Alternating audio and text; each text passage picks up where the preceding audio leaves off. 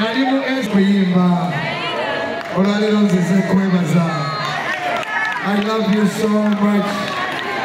Nakuwa kasidi kange. Nawa amane. Nakuyima. Kwebaza. Katikano. Yemliwa. Katikano nakakoze. Kururo. Nakakore. Oli kawe jumia pake. Oli manda kamine masi. Yeka mate lega jizao. Eba kurumia ya kurute. Kantali kama bebe. Uli wano kusirana. Paulo Saka ajja kuze myaka 3 nga ali mu kisaawe ekyokuyiya ennyimba zinyumira abangi mu masomero aga sekendule ne pulayimale.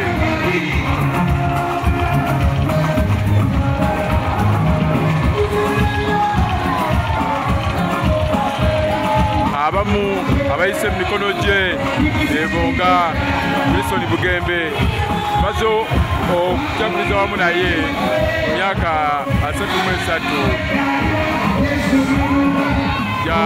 jaguza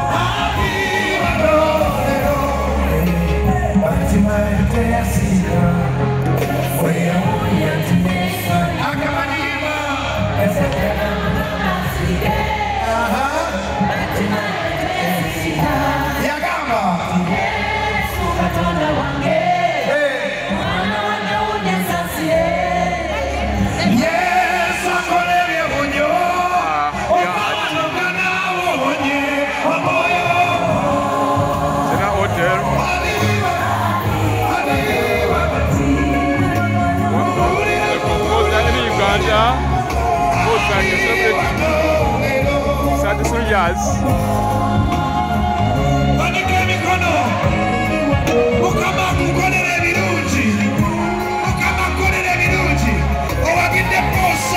God bless you too.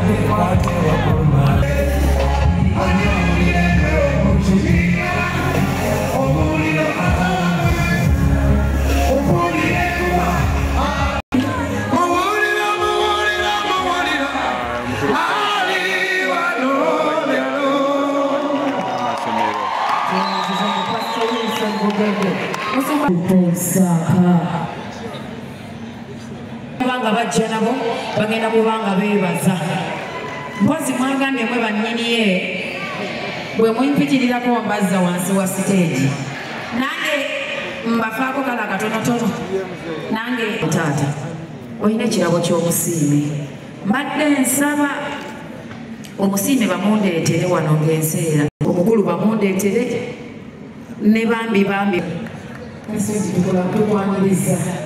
Niko bibilia wali na. Ni twaka ndewe wazanya bami. Temasi. Leo tukula dagala. Leo ambapo nisitiwa nani sisi dagala. Mzee chicha wako kwa chicha wa Rwanda. Wako wazambo era na msasa kwa wazambo kwa kwa sasa hizo kwa wako ndio Iran se sawa muzi eksasa kama mamaga. Yang berjalan usuku mana cara ya kawan ya. Oh dengan ya kawan tunggu. Karena waktu kawan kamu sebenarnya belum menjadi dia. Walaupun kursus kabila sebenarnya bukan dari burunya. Tapi buruh yang nggak semua ini ada di kan bawa sama.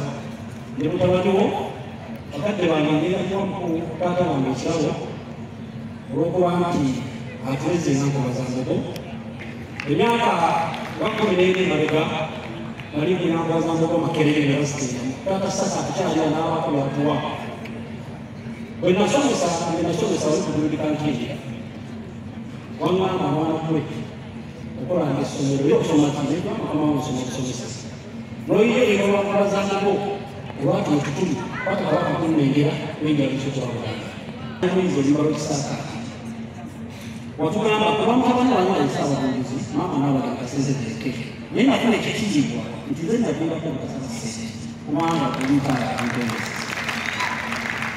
ngora au kunyemete ndio inakuja Mungu Yesu kuna kwa watu wasio kwa shiji kwa mpaka wakati wa ndio tumsiba kwa basi ndio watu Mungkinze itu, mau jalan kita. Memang sebenarnya, sebelum mereka orang masih senang berkeluarga, orang yang jauh dari kita menggunakan bahasa yang sudah semua. Memang saja. Memang saja, sesuatu yang